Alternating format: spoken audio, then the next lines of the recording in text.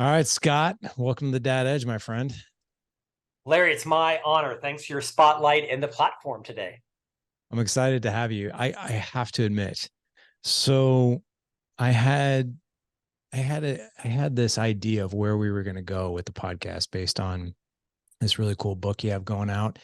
And then you and I started talking before the podcast, before we hit record. And I was like, man, there's a lot of raw truth here to Scott and saying a lot of things that perhaps the rest of us don't say out loud. And I thought that would be really valuable. But what I'd really like to do is I want to start with just give the audience how long you've been married, how many kids you have. And then what I want to do is you had an exciting book that just came out last month. Yeah, I appreciate it. So, again, thanks for the time today. I'm Scott Jeffery Miller. I live here in Salt Lake City, Utah, where I am not from. I'm actually originally from Orlando, Florida. I worked for the Walt Disney Company for 4 years, and then they invited me to leave, which is kind of how it works at Walt Disney. So, where does a single Catholic boy in his 20s move to? Well, to Provo, Utah, where all the Catholics were. I'm kidding. There wasn't a single Catholic Right. in I was going to Utah say what? 28 years ago. So I was privileged to be recruited by Stephen Covey, of course, the seminal author of the book, The 7 Habits of Highly Effective People. I worked in that firm for 25 years. I rose from the front line to the C-suite, where I became the chief marketing officer for 10 years, three times the national average of a public company CMO. Had an amazing ride at this leadership development firm.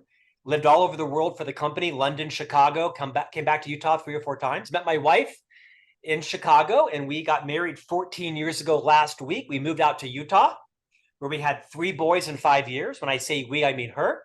And that was probably too many boys in too few years, because that's been a struggle for me, as we discussed. I'm not a naturally good father. I never craved fatherhood. I planned to be single my whole life. I was married at 41. So I really had no ambition to be married or had kids. And then, met a hot girl in the gym and she liked me. So I closed that deal fast. And then she wanted to have children. That was part of the deal. So I've thrown myself into it with episodic success. I left the FranklinCovey company in good standing 3 years ago after 25 years. I still am an ambassador for that company. I host 2 podcasts for them. One is the world's largest weekly leadership podcast. Hits about 8 million each Tuesday and Friday.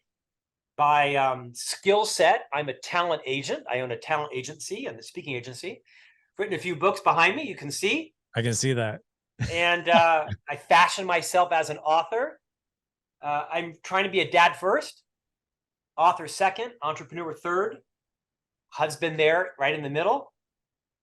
And honored today to talk about my newest release, The Ultimate Guide to Great Mentorship, a topic that I'm super passionate about because all of my success in life has come from someone mentoring me, someone believing in me more at the time than I ever believed in myself. So it's a mission project that I also hope to make a few dollars to pay the power bill on.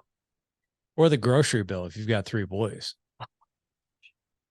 I just bought them electric scooters last week. Our sons are 8, 11, and 13. Yeah. And with serious stipulations and penalties, they're allowed to go 5 blocks to a grocery store. The 8-year-old doesn't know the look left, look right, look left thing. He doesn't compute in his head. And so now they have some mobility. So when they go to the grocery store, I think they eat most of the stuff on the way home because their fingers always look like they've had Takis. You know what Taki is? Like those toxic Cheetos. Oh my gosh. Yeah. Yeah. Yeah. Like, and you know what's funny? You know what's interesting is Cheetos don't taste the same as when you and I grew up. Like I remember them tasting for some reason a lot better. And I even say that too about like the Hostess products. Like I remember my mom used to always put like these Swiss rolls or these cupcakes or whatever. And that you open them up and they were still kind of like soft and spongy and like they had like a freshness to them. And now like that you can like literally, I think, taste like the preservatives. Like they taste like some of them taste like plastic. Like they're not But I even love good. how you cleaned it up and referred to it as the Hostess products. The As if Hostess like, products. yes, yes. Yeah. These are not good for your health. They're good for your psychology temporary, but not good for your They hit the health. dopamine if They you do. like chocolate. I really so your upbringing, you were faced with some significant challenges growing up. I would love for you to share those.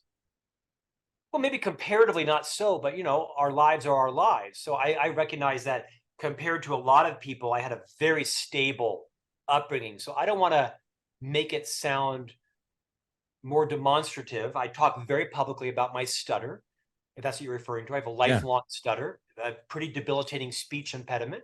You may have heard some of it in my opening. I've been the beneficiary of decades of speech therapy, speech pathology. There are about 30 words I can't say in public. That's down from several hundred. In the wintertime, Larry, it quintuples. So there are about 150 words I can't say in the cold. So if you ever go snow skiing with me, it'll be a very quiet day. I've had braces 3 times, Invisalign twice, headgear. I have 2 speech coaches. So I have nearly overcome a debilitating speech impediment. Not all stutterers suffer from the same type of stutter. Some are neurological, some are physiological, some are environmental, sociological. I was raised in a very stable family. My father, his dad died when he was 10 of cancer. And my dad's twin brother died of polio in the polio epidemic. I mean, polio makes COVID look like a walk in the park, right? Right. And as a result, my dad's mother was in mourning for like 70 years. My father never had a dad. My mother's parents were both alcoholics and were very itinerant. I mean, they were constantly on the run from the repossessors. I think one of them took their life, but we don't talk about it.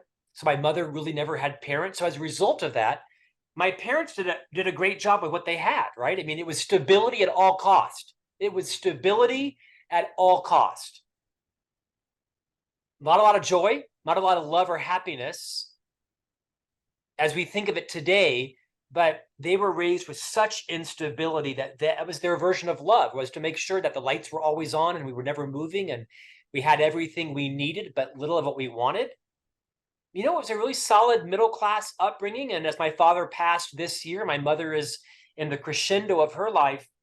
I look back and I'm probably a little hard on them than I should be, and should be more charitable and more grateful for how hard they worked to be transition figures and stop what happened in their life from what happened in ours. My dad couldn't help what happened in his life, nor could my mom, but I'm going down to Orlando next week to help my mother move out of her 60-year home, clean it out, sell it, and move into a retirement center. And so you've spurred me to thank her for all that was good and ignore what was not. Man, I love that. Can I challenge you with a question? Please bring it on. I'm always so curious to ask this question, and I don't ask it all that often. But, now that, you and I are fathers, and we've been fathers for several years, been married, and now we look back on our childhoods with, I would say, more grace, more probably forgiveness, more even appreciation. And I'm so curious as to, when you see your mom, what is it you think you'll say to her? Well, I've seen her quite frequently the last few months because she had a fall and broke her leg and has been in the hospital and a rehab center. So I've been going down there negotiating the sale with my brother. So it won't be like a surprise visit. I've learned to be more gentle with my mother. I've learned to slow down and be more patient with her. I've learned to better appreciate that she did the best with what she had, which was excellent with what she had. With her worldly view, my mother was a classic stay-at-home mom in the 60s, 70s, and 80s. As a result of that, raised 2 great kids, but has a very small, narrow worldview. Has not worked a day in her life outside of the home. So as a result of that, she has a very, very narrow worldview. I will say less than I typically do. I used to pick fights with her. I don't know why. I'd hit her hot buttons. But now I'll let my wife do most of the talking, because my wife is a more gentle, easygoing, less righteous person than I am. And so your question was, what will I say to her? It'll be all around taking the fear out of this move. Mom, are you comfortable? How are you feeling about your new place? We've cleaned the sofa. Are the curtains hung where you'd like? What more dishes? So what I will say to her is about helping her ease into this massive transition to this new independent living place, assuring her that her finances are intact, ensuring her that if it doesn't work out, we'll move her somewhere else, wherever she wants to go, including Salt Lake City, if that's the right place. So I will be more judicious with the battles I need to win that will cause her angst at the expense of what might be my validation. I've matured a bit since my father's passing a year ago. That's really cool, man. You know, I hope, you know, my wife and I were just talking about this not too terribly long ago. Like, what is, you know, we're celebrating 20 years of marriage. We just got back from Hawaii as a family. We've always wanted to go there. None of us in our family has been there. It was kind of like a bucket list thing. And we renewed our vows and that kind of thing. And so the question came up of, what does the next 20 years look like? You know? And it was an interesting question that was brought about from my 17-year-old. And I really appreciate the question because it really made us think. And I'm like, what is it going to be like? You know, and what are the dynamic? And the thing that really came to mind was, what are the dynamics with these boys going to be like? You know, are we going, and I think even the topic of, are we going to be a burden? Are we going to annoy them? You know, are they going to get just, oh my gosh, like dad's doing this, mom's doing that, so annoying, you know, like that kind of thing. And I wonder what the dynamic is going to be like. And I hope, to be honest, that my boys maybe have a conversation like you and I just had, to where like, I'm going to throw my dad like a little forgiveness, little appreciation, right? You know, that kind of thing. Cause I think we always kind of hope for that. We never want to be a burden on the kids that we're trying to raise. So I appreciate your honesty with that I one. have a philosophy there. Can I share it with you? Please. And I'm actually writing a book about this. I have a series of books called Mess to Success. Yeah, I saw that. Mess, marketing mess, communication mess. And I'm writing one called Parenting Mess to launch success, from a guy who is not a very good parent. But I'm very comfortable talking about that. I have a philosophy on parenting. I very much believe that as a parent of young children up through 18 years or maybe even 20 years, your children need a parent, not a buddy. They need a parent, not a friend.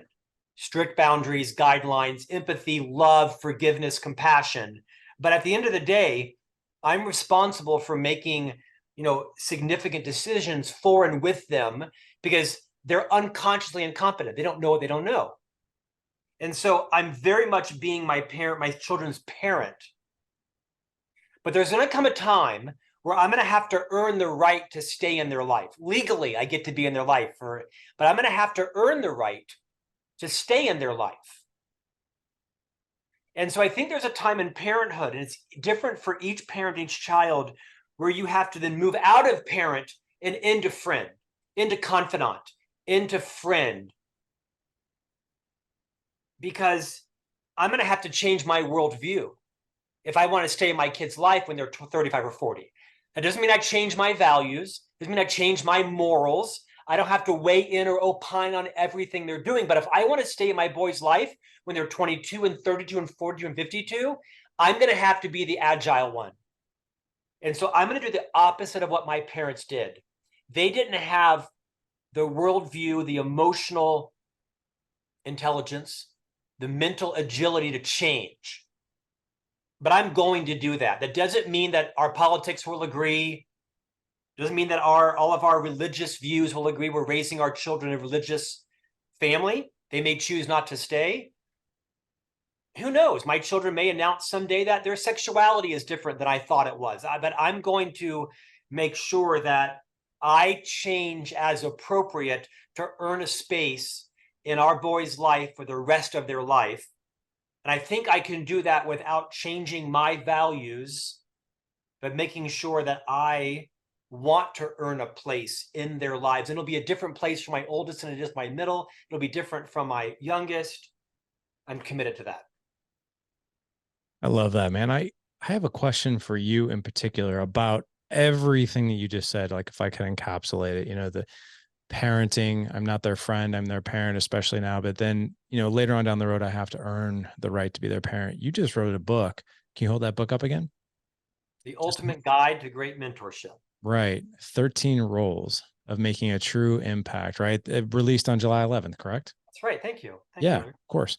And, so I'm so curious. I've never been able to ask this question of any person I've ever had on the podcast, and there's been over 1,000 now. But I would love for you to maybe help us define the difference between, I take kids like our age, right? Meaning you and I are raising kids right around the same age. And then sooner or later, they're going to be adults. But right now, I agree, I'm their parent and I'm also a leader, right? I also help them with leadership and that kind of thing. But where does the beginning of parenting end and mentor begin? Or are they like synergistically intertwined somehow? So are they separate synergistically? Are they two separate worlds? Never been able to ask that question. Oh, I think they're completely synergistic. I hopefully act as a mentor to our sons daily. I am daily naming their superpowers. Like one of the things I do is I sit them down and I say, my oldest son is Thatcher, named after one of my heroes, Margaret Thatcher. Cool And I'll name. sit Thatcher down and I will name Thatcher. You know that your superpower is to enter a room, a classroom, a basketball court, a dinner party, a book launch, and you scan the room and you know who is an extrovert and who is an introvert. You know who is lonely and who's uncomfortable, and you work in and out of that crowd. Not that you're always going for the underdog, but you know who's sitting at a table by themselves, and you go over and you chat them up for 10 minutes, and then you bring someone over to meet. He's 13, and you bring someone over and makes an introduction and then puts them together and then moves on to the next person. This is a superpower he has. And so that's mentorship. That's not parenthood. I think I'm naming their genius. I'm naming in them things that they can be confident about. And I've actually heard them repeat it to others. Well, one of my superpowers is I do this. Like my 11-year-old is telling someone what his superpower is. I think it's part of validation. One of the roles, role number 6, is the validator.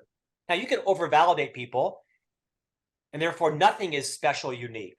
But I think one of my roles as a parent/mentor is to help our children know what their unique contribution is, what their voice is, what they're great at, and then sort of metaphorically, Larry, put it in a backpack and carry it around with them. So when they're getting bullied or they're getting their butt kicked or their boss 10 years from now is ripping them down, they can pull it back out and say, yeah, but I'm great at this, right? I mean, mentally, emotionally. So I'm building self-confidence in these boys. I'm building their self-esteem. Their self-worth is God-given. You can't impact someone's self-worth, negative or positive. It's creator given. Everyone's self-worth is the same in life. You can't take it or build it, but you can take someone's self-esteem and their self-confidence from them, and you also can build it up. And so that's an example of how I think mentorship is embedded in parenthood. I really like that. So if I'm understanding you correctly, it's being able to look at their strengths through an appreciative lens. Yes. And being the one who voices it, brings it to the surface, and let them know. Like you said, I love the analogy of putting it in their backpack. Right at the end of the day, or a golf club, right? In their yeah. And what's that? Their bag, right? And sometimes they pull out a putter, and sometimes they pull out an iron. But they have all these golf clubs that you've named for them. They can pull them out when they need to. And I tell you, I interrupted you. No, you're good. You were on this, and I'm sorry I interrupted you. I think a mentor's main role, as it relates to parenting, is to think of yourself as a paleontologist. Think of yourself as an archaeologist. As parents, I think our key contribution is to walk around with a brush, and we're just blowing. We're brushing away. We're getting the dust away so that our children can really understand. Our job's to uncover. Their job is to discover.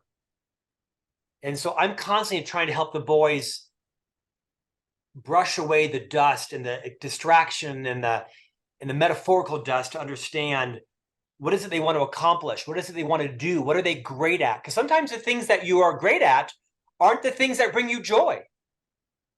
I know a lot of accountants that are great at mathematical calculations doesn't bring them joy. Right. Rare is the person whose avocation is their vocation, or what brings them joy is what they're also great at. And by the way, that isn't always the goal, right? I mean, does writing books bring me joy? No, not at 4 o'clock every morning, 365 days a year. You know, I'm climbing hills to pay the bills. The closer I can get those books to my joy, the better I am. I love this idea of parenting as mentorship as archaeologist. Because the archaeologist doesn't decide whether it's a pterodactyl or a brontosaurus. It is what it is. But you can't know what it is until you actually brush the things away. And, you know, my sons get to decide what their journey is. I think my job is to eliminate the distractions. I'm a fairly strict dad. We have a deal in our house. When you turn 16, you get the car of your choice on your 16th birthday. No way. Like, what do you No mean? tattoos, no Okay. piercings, no gauges, no drinking, no drugs, no vaping, no alcohol. You follow those rules, car of your choice on your 16th birthday. No way. As long as it's a Mercedes, because I think they have the best airbags. So no vaping, no tattoos, no piercings, no gauges, no smoking, no drinking, no drugs. Zero tolerance. Zero tolerance. If you want to tattoo yourself up when you're in college, that's your choice. But they know the rules. It's a big prize at the end of that game. God bless, man. I don't know what I would have done with that kind of choice. That's pretty cool. Well, actually, I kind We of visit the Mercedes dealership once a month, and they walk around and look at the cars. Now, some of your listeners are hanging up right now, Oh but you yeah. know what? This is a tough world out there. And I'm trying to keep these boys on a path of being gentlemen. Not that you can't be a gentleman with a tattoo. Of course you can, or a piercing. I mean, I just, you know, I'm allowed to pick the rules of my family, right? It's my budget. It's my house. And so far, they haven't called me out. They'd rather go to the Mercedes dealership and look at the cars than, you know, go get a gauge, which a lot of kids have these days. Dang. Wow. Are you adopting, or I don't have any tattoos or I piercings. can't. I got to save the money for these 3 Mercedes I'm buying these Right. kids, apparently. Now, Jeez. listen, that may sound pretentious to some. I happen to be a fan of that kind of style car. And I own a few because I've worked my ass off to get them. And I also think they're super safe cars. And I want my 16-year-old son in the safest car possible when that sucker rolls, right? I can't say I blame you. I Not a cannot. lot of 6-year-old boys getting killed in a airbagged up Mercedes SUV, right? Now, it won't be brand new. It'll be pre-owned. Don't judge me on that, but I want them alive. Yeah. No, I hear you, man. I want to go back to the validator. Please. And, you know, we view in our community, in the dad edge community, you know, validation as a skill, as a superpower, you know, and Yes. a lot of people aren't necessarily familiar with what it is or even how to do it. So in break that down for us. What is valid? What does it mean to be a validator? Yeah. I also heard you say too, you can do that too much, right? You And can. I Yeah. would love to hear more about that as well. Yeah. Can I share it through a story? Please, even better. So this book I wrote, The Ultimate Guide to Great Mentorship, I identified 13 roles that I think mentors play. Mentors in companies, mentors in foundations, mentors in families. You can validate too much. You can validate every move your child makes. Oh, you got dressed today. Oh, you brushed your teeth. Oh, you got a C. No, I think that's actually probably coddling children. Now, different children need different types of validation based on their circumstance, on their God-given talents or limitations, all kinds of reasons, right? Every circumstance is different. No question, you can validate someone. What I wrote about in this book, Larry, is the life-changing power of pausing, using the power of the intentional pause, changing your voice inflection, your tone, your rate, your pitch, your body language, changing the dynamic of the conversation and saying something like this: Larry, I'd like to stop for a moment and I want to take a break. And I want to share something with you that I really want you to think about. I'm going to ask you to resist deflecting it or denying it or refuting it. And don't show any false humility. I want to call something out that I see in you that I think is worthy of exploration, of naming, of identifying, and honestly, of you owning in a positive way. And then I call it out with great specificity. Larry, I notice that you listen intently, that you've called forward two or three things that I said in a previous segment, and you've brought them back forward. And this demonstrates to me that clearly you're a powerful communicator, but you're also an empathic listener. You're listening with more than just your ears. You're listening with your heart and your mind and your body. And it sounds hokey, but it's true. You have shown me evidence. And this is a leadership competency. This is a friendship competency. This is a parenting, spousal competency. I have high energy, right? My pace is faster than yours, but you have managed to keep this podcast at your pace, not my pace. This is your podcast, not my podcast. And in light of that, you've also asked some profound questions. You are a super listener. Let's talk about how that is a strength for you and can accomplish the goals you want in life. And like all strengths, if overplayed, it can become a weakness. All of our strengths, if overplayed, can become our weaknesses. So even though listening may be a superpower for you, it could also be a liability. And I think it's important to talk about how, if that became too much of your style, it could also frustrate people or whatever. Let me share a quick story. When I was 16 years old, I was living and working in Orlando, Florida, right? Tourist capital of the world. And I was working at a local restaurant bakery. I was the counter boy. You came in, ordered a cup of coffee and a cheese Danish and whatever. And I was, a gangly 130 pounds, 6 foot, rod straight, probably had a 27 size waist. Hadn't discovered the gym. Some might say I still haven't, given my muscles. Dad bod 55. A lady walked in and she ordered a cheese Danish and a cup of coffee. She was from the Middle East and she said, "Hey, I'm looking for some place. Can you give me directions?" She actually she was Israeli. I remember this. And so I said, now granted, I'm a stutterer. I have a debilitating stutter. I'm fairly shy. I'm an introvert masquerading as an extrovert because that's what I thought successful people were extroverts. I'm still an introvert masquerading as an extrovert. And so I gave her directions, drive 3 blocks there, turn right, turn left, look for this sign, and there's your place. I think it was a hair salon. And this woman turned to me as she walked out of the door, Larry, and she said, quote, "You are a powerful communicator. You have a great command of your language. This will serve you well in life," end quote. And she walked out the door. Wow. I remember it verbatim 38 years ago. And here I am. I'm going to get emotional telling this story. Here I am. I don't think I can put together 3 sentences without it being. I do all the time. By the way, if you know any stutterers, they generally are voracious readers because they have to have a massive vocabulary to have words that can replace other words. I'm always driving down the highway and I know words coming up 3 sentences from now I can't say. So I have to metaphorically take my car off the highway into a rest stop, pick up a new word and come back on. So like liars that have to have good memories, stutterers have to have big vocabularies because we have to have alternatives for words that are coming up that I know I can't say this word on a podcast. So I have to have 8 alternatives that might closely match the meaning. And I get it about 7 times out of 10. Sometimes the words don't fit, but it's a non-stutter word.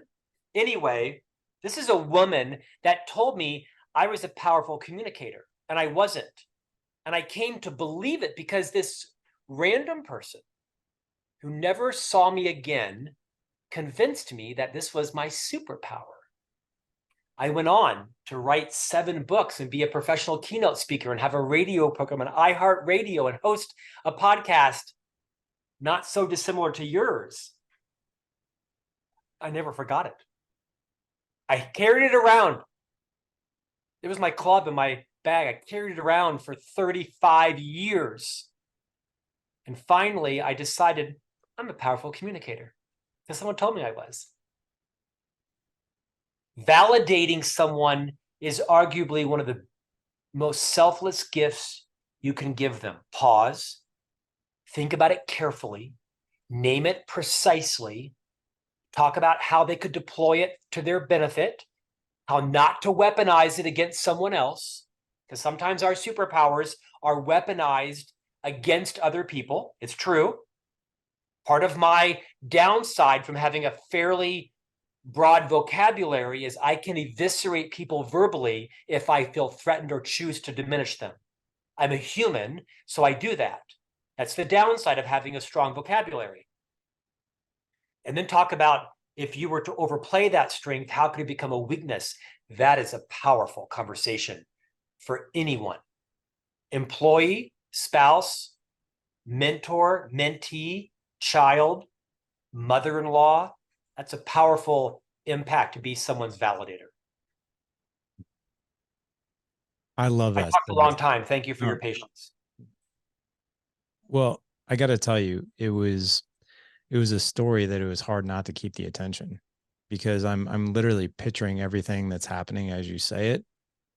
And there are those moments, if you're challenged with something growing up, could be you didn't do so great at school, it could be you were overweight, could be something, right? But somebody at some point in your life might have said something that shifted, that suddenly someone else saw you, perhaps believed in you, and then that was the club that you put in the bag, or the skill that you put in your backpack. um can I share something You could personal? argue it's as simple as believing in someone more than they believe in themselves at a particular moment in time Yeah, and naming it and then just letting it carry with them for as long as it needs to. It could be decades. yeah, yeah. Can I share something personal with you? Please. Yeah. um so I'll try to kind of get through this without getting emotional myself, but what you just said just really fueled me in a huge way to do that better than what I do today with my 9-year-old. My 9-year-old is, his name's Lawson. Lawson has a tick. Mhm. And we were completely, a lot of parents deal with things like, you deal with challenges, I think, with kids, and, whether it's ADHD or defiant disorder or whatever it is, right? But Lawson has had a tick ever since he was a baby. And he does this thing with his hands, and then he'll make noises with his mouth, like that. But he's the most loving, compassionate, beautiful kid. And kids, sorry. Want me to walk through all the ticks I had as a child as you gain your composure? I, I I've never think, told anybody no, yeah, go ahead, please. No, and I don't need to. I was giving you some space. I mean, I Yeah. can relate. I had Yeah. numerous ticks, and the amount of energy it took to try to minimize them or disguise them in front of kids and turn your head and do your tick to get that satiation, the validation. And it's that you're talking about it is a testament to how much you love Lawson. Yeah, I do. I And think he'll grow out of it. yeah, and the main thing is that, we found the cause actually is pretty fascinating. One of my clients actually Can you is share it with me? please, yeah. So so ticks, from the research and the doctor that we've been working with, he's one of the country's experts on it, is it's either immune related or brain related. And his is, thank goodness, immune related. So he contracted strep, as most kids do, growing up. And then kids who have a propensity to ticks, and if they tick, a lot of times, if it's immune related, they never quite get over that strep. And so they did blood work on him. They did hair follicles. They did all kinds of stuff. And sure enough, it was there in his immune system. So we also found out through a lot of testing that sugar and gluten are tremendous triggers for him to tick. So if he has a donut, he's going to tick, right? So we have to make sure his diet's clean. He had to be put on a protocol to clean up his gut, to clean up his immune system and all that. And then, his ticks have now minimized, but they're still there. But kids are super cruel. But, you know, all four of my boys have a special place in my heart. And Lawson has this very soft place in my heart, and one thing I've noticed with Lawson, he just opened up he asks a lot of fantastic deep questions for a 9-year-old. It actually blows my mind. And if you put him in the school quote unquote box, he's very, very, very bright kid. But he's also very common sense as well. And he's always asking me questions like, how do you make money when you own a business? And I'm sitting there thinking like, my gosh, you're 9. Like you just turned 9. And I'm like, I was like, honestly, the easiest way to answer that question for you would be you have to bring somebody value and solve someone's problem. So like, he's been asking me a lot of like really in-depth questions lately about business. And he's like, Dad, I want to start a business. He's like, I want to open up a lemonade stand. I was like, okay. So we opened it up this past weekend. He worked for 4 hours and he made $180. I couldn't even believe it. I was like, oh my gosh. But the cool thing is I didn't pamper him. I was like, if you want to learn business, I'm going to teach you business. I was like, so here's the thing. I was like, you have some birthday money, right? And he's like, yeah. I was like, okay, well, you're going to learn that businesses also have expenses, which means that's the cost it is to do business. So we need to get your supplies. We need to buy your lemonade. We need to buy your cups, right? We need to make sure we have an ice bin, a cooler, and all that stuff. And then what we do is we take your profits after your expenses, and that's how much money you made. And then he's like, well, you have an assistant and you have a COO. He's like, do I need an employee? And I was like, oh my God. And I was like, that's a great question. I was like, you're at what you want to do. I was like, do you want help? Do you want to have your little brother hold another sign on one side of the road and you do the other? That way you have help, you have more advertising. He can pour the lemonade or get the ice for you. And then he's like, yeah, I want that help. I was like, okay, well then we need to work that out with, are you going to pay him a percentage of what you make? Or are you going to pay him by the hour? What are you going to do? And he's decided to pay him a percentage. And so we calculated everything out, but he was so excited.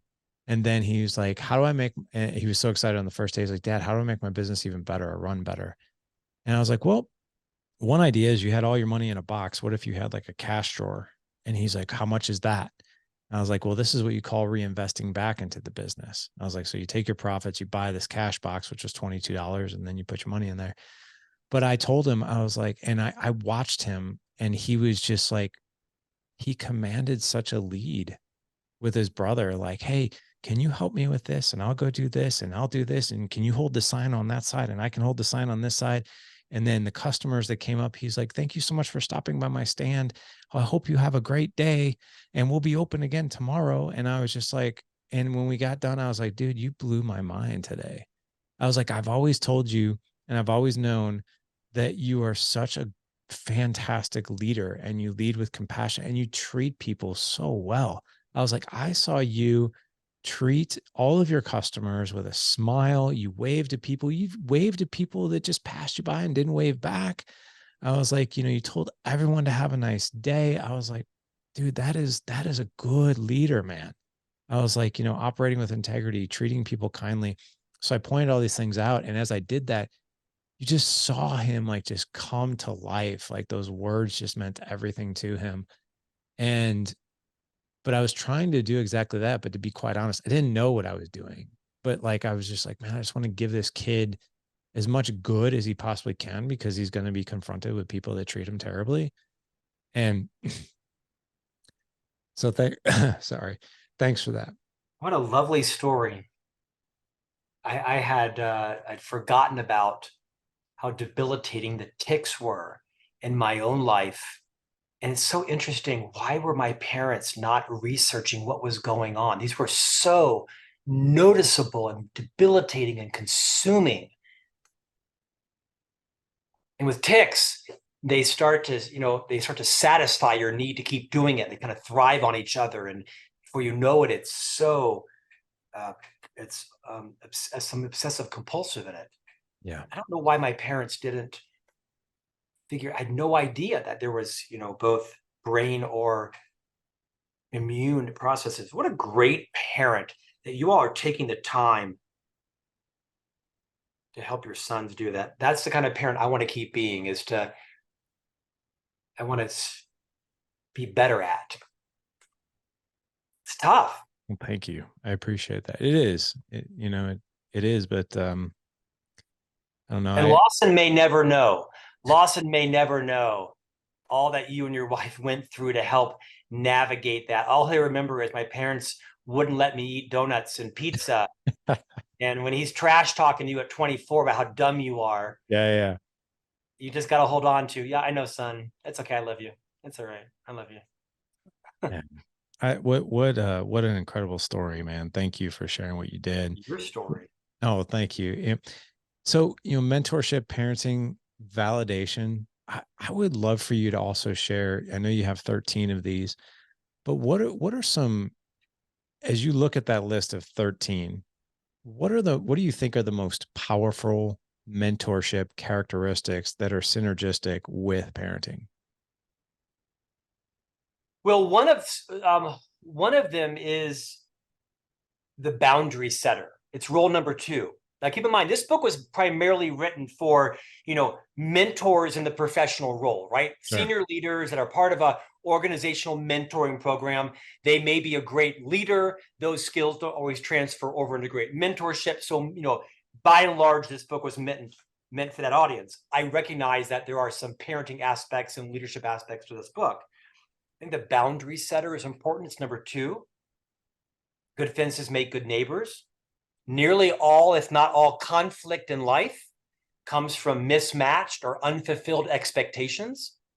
So as a parent, you have to make it very clear what is and is not acceptable. You may have to move outside of your comfort zone. Your kids can't read your mind. They're not telepathic. And so my 3 boys are very clear what is acceptable for dress on church and what's acceptable for dress at the club and what they can wear whenever else they want to, right? I mean, so I've set very clear boundaries. When you meet an adult, you look them in the eye, you ask them how they are, you state your name, you shake their hand with a firm grip, and you maintain eye contact until that conversation feels like it has completed for both of you. So I set boundaries with my children. I mean, clearly, right? I mean, no vaping, no smoking, no tats, no gauges. There's very clear boundaries. And we have fun, right? We have motor scooters and we go to the ice cream parlor way too much. And dad's known to drop an F-bomb occasionally. And they know that that's bad modeling. But, I'm not a perfect model. The boundary setter, I think, is important. It requires you to move outside your comfort zone and discuss the undiscussables so that your child knows what is and is not an acceptable ask. My children never to even ask me to watch a rated R movie. My children know they cannot use the internet under any conditions on their phone.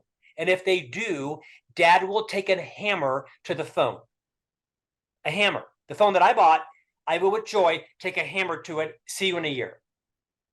They know there is no social media. The only videos they can watch on YouTube are like, kids YouTube or whatever it is, and ESPN. I mean, very clear. Will they cross those boundaries? They will. Will I take a hammer to their phone every time? No, but I probably will, to set an example. I'm kind of prone to drama, but I learned from my dad. My dad told my brother and I that we could have the car of our choice on our 16th birthday if there was no smoking, no drinking, and no drugs. I expanded it to vaping and tats and gauges and piercings. My brother got a Stingray Corvette. Now, my brother was a 4.0 student, Latin scholar, went on to become an MBA at MIT. My brother got a Stingray Corvette. At 16? Hold on. Got it. My dad made a deal. No drinking, no smoking, no drugs. Car of your choice, 16th birthday. Let me tell the story.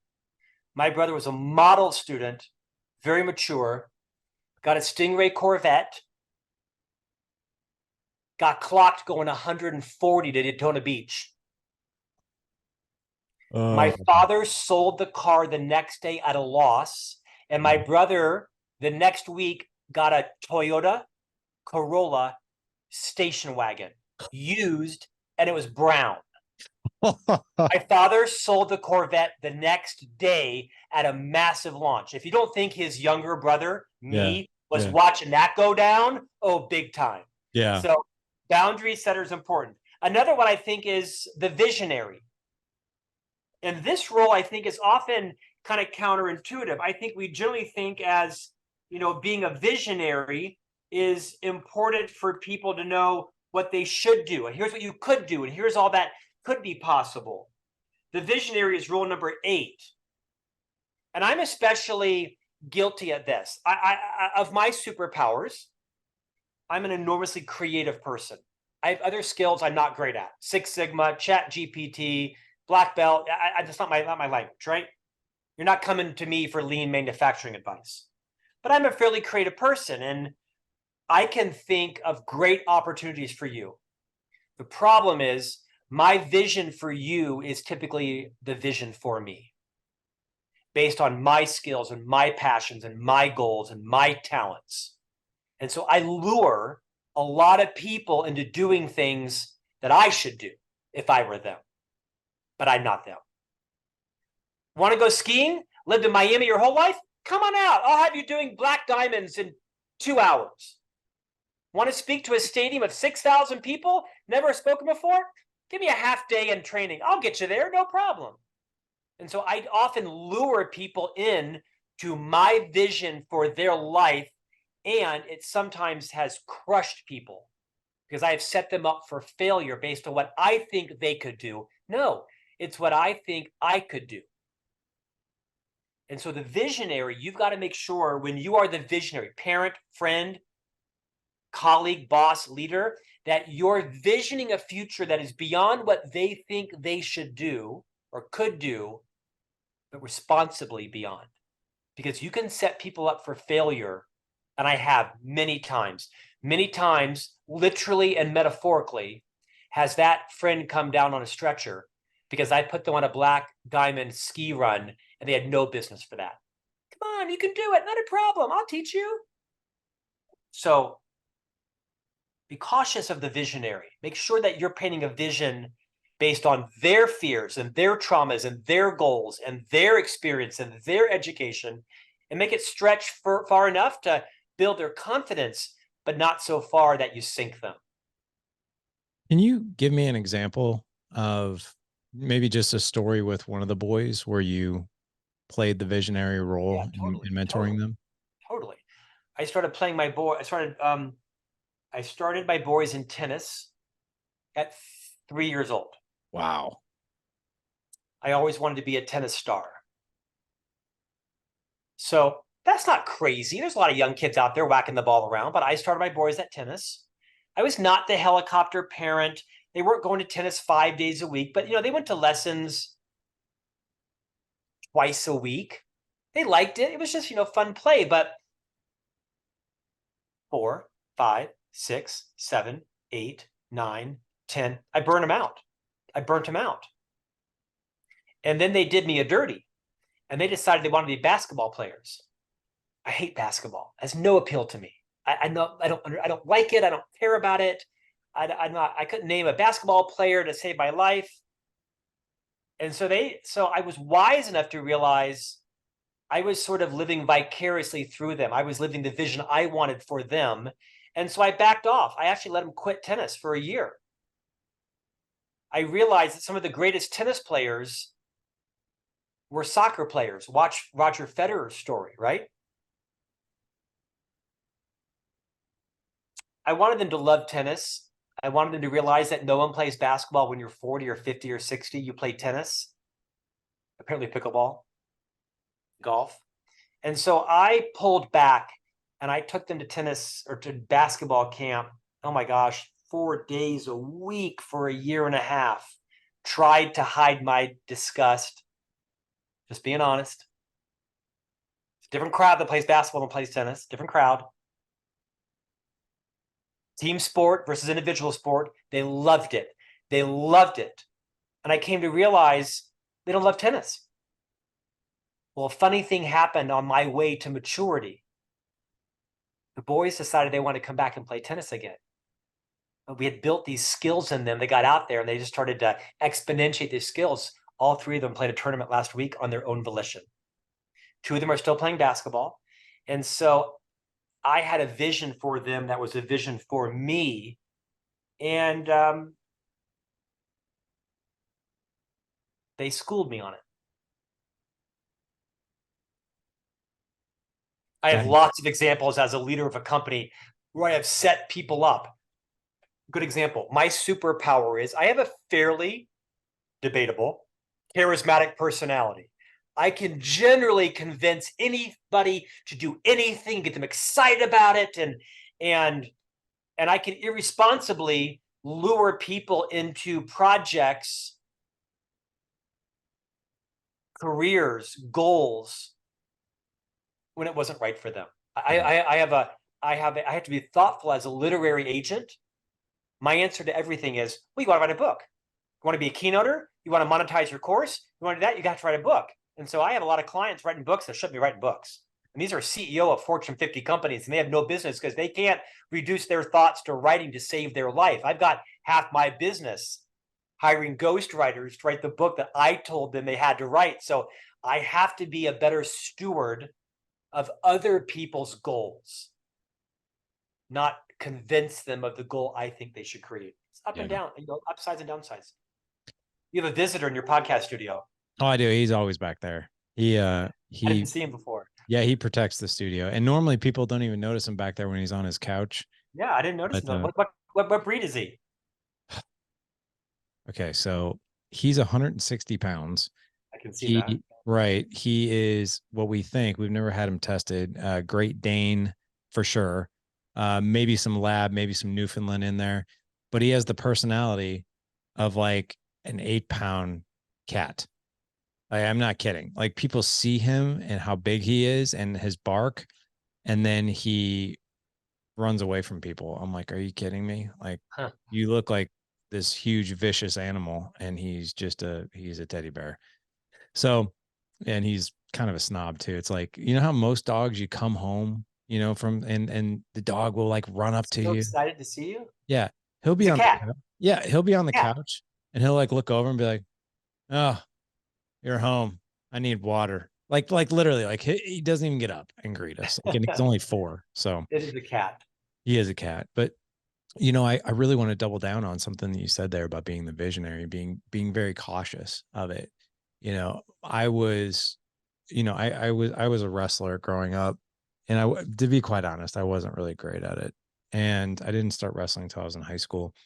And I've always coached the boys' teams, like their baseball team. And I did coach their wrestling team and that kind of thing. But there was always like, and my 15-year-old, he loves football. And my 15-year-old in particular was early on a pretty darn gifted wrestler, like even in Little League.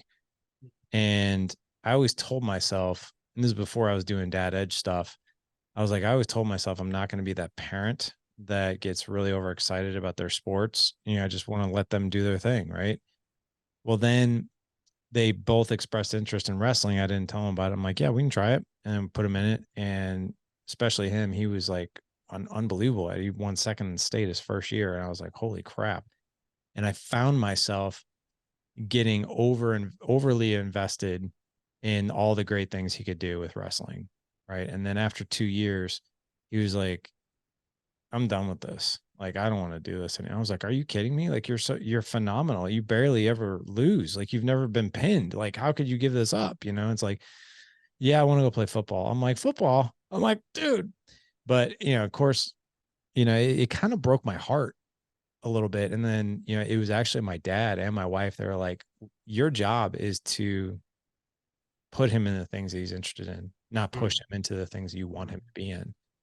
And I was like, that one was tough, because I was like, I saw all this potential. Well, then he started playing football, and he started being really freaking great at it, but not actually. You want to see something kind of interesting? You're like literally naming all the rules in my book: the navigator, right? The distiller, the activator. You're walking through the table of contents in my mentorship book. I love it. Oh, that's hilarious. Well, there you go, guys. So that there's the preface. But here, I'll show you this. So his first year was third grade in football. He was And wrestling. When I say that again, so his first, yeah, he was a wrestler and he was 7, 8, and 9 when he wrestled. And then when he wanted to do football, he was in third grade. And I was like, okay, well, then he went to football and ate a big slice of humble pie. He worked really, really hard, yeah. average-ish player, but was never getting played. Was super tempted to give up. And then we had a conversation one night and I was like, hey, like you can either give up or finish what you started. And literally, like after I said that, I was like, I put my foot in my mouth because what we've always agreed on with the boys is no matter what you start, you finish. Period. We don't give up because it gets hard. Well, he ended up writing this book called Never Give Up No Matter What. It's a children's book and it's a story of like This is not where I thought this was going. I know, right? But he wrote this book. It's been out since 2018, but he wrote that book and I'm sorry, 2019. He wrote that book because I was like, you have a pretty fascinating story here because it was all about, he wasn't getting any playing time. And then finally the last game, the coach put him in and he made a clutch play and they won the game. But that's not the moral story. The moral story is when things get tough, you don't give up, right? You double Is this down. your second oldest son? Yes. Yeah. Yeah. You finish what you start. And now he's been playing football. He's going to be a sophomore and he is a starter on both defense and offense. And he is by far one of the best players on the team, but it hasn't come because he's naturally gifted at it. He has worked relentlessly at football, but he's good at it. But like the whole premise of the book was, was that, it's just never giving up. But the thing is that I look back on those times where like I could have like I really wanted him to wrestle. And here's the funny thing. Once he got to high school, which was last year, he was like, and it had been 6 years since he wrestled. He was like, I think I want to start wrestling again. I was like, are you serious? He's like, yeah, because it'll get me in better shape for football. So he wrestled again and he did pretty good. And he's wrestling again this year and playing football. And I'm like, holy crap. But I think about it, I'm like, man, if I would have pushed him into the vision that I had, which was he was going to be this phenomenal wrestler, he would have, and he loves football above anything else. I was like, the experience of him never giving up, because that's like part of like his wiring. Like he's so ungodly stubborn. He refuses to give up on anything, even when I think he will. But like that lesson would never came out. The book would have never came out. Him loving football as much as he does would have never came out. But it was just like, it was such a lesson to me as a father of like, okay, look, dude, like your job here is to provide like the platform of the things that he wants to find love for and allow him to experience it. And then for him to make that decision for his own, not for me to push him into the direction I think he should go, even if I think it's a huge miss or a mistake. But yeah, it's a hard thing, I think, for us guys, for us men and fathers to not do that. It's really hard. Larry, I have been privileged to be a guest on 500 plus podcasts around the world in the last 4 years. This experience with you is the first time I will leave reflective on all the things that I learned from the host. Oh my gosh. I appreciate this today. Truly. I don't even know what to say to that. Truly. Thank you. Well, back at you. There was a lot of clarifying things about, especially the visionary. Like that one really got me as you started talking through that. Mike Rowe. I mean, it's Mike Rowe met Scott Miller. Come on. Right, right. Got to get you guys connected. Mike Rowe, I'm a big fan. I was teasing Larry offline that yeah. I really enjoyed the Mike Rowe episode and hope I could live up to it. So Mike Rowe, I am humble in your your shadow, brother. I should send that over to him for sure. Well, hey, as we wrap up here, I want to make sure that your book just came out on July 11th. Fantastic book. You have 6 other books, and obviously you're doing phenomenal things in the world and really helping people with their careers. And I really love for anybody in our audience to connect with you. And what's the best way to do that? Thanks, Larry. The book website is greatmentorship.com. It's in audio, digital, and paperback, everywhere books are sold. You can follow me or connect on any social platform, LinkedIn, Twitter, Instagram, Facebook. YouTube, TikTok, you name it. You can visit me at scottjeffreymiller.com. If you Google Scott Jeffrey Miller, you're bound to discover me, which my wife says is annoying. She thinks I'm overexposed. She's like, you know what? Do you have to be everywhere? What's going on with this deep-seated need Yeah, to yeah, be? yeah. But hun, I'm a powerful communicator. Someone That's right. told me so 38 years ago. I have to express my gift. How could you deny me of this superpower, hun? She It rolls her all eyes. it all started with a cheese Danish. It all started with the cheese Danish and the Israeli lady that Yeah. convinced me I was a powerful communicator. Of Oh, that's course, great. that English was her second language, had no correlation to how impressed she was with my English, right? Right.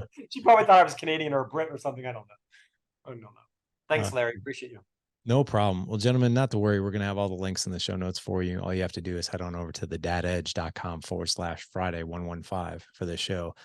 Again, thedadedge.com/Friday 115. Scott, this was awesome. I really appreciate you and what you're putting out in the world. I mean, if anything, more men, husbands, and fathers need in our lives is we need mentors. We need someone to point the way. So thank you for helping us point the way today. I love that it took you 55 minutes to show me that one of your sons was a published author. I love that. That's not the first thing you did or the fourth thing you did. It was like the 60th thing. Oh, by the way, one of my sons wrote a book. I think that so speaks to who you are. You're not a grandstander. You're not stealing the fame. You're having a great, I appreciate the style of this podcast. It's why I'm a subscriber. Thanks, man. Thank you Honored to back, be here. man. Appreciate you. Gentlemen, like I said, head on over to thedadedge.com/Friday 115. Connect with Scott. Definitely, if you liked what you said. And above all else, go out and live legendary. Take care.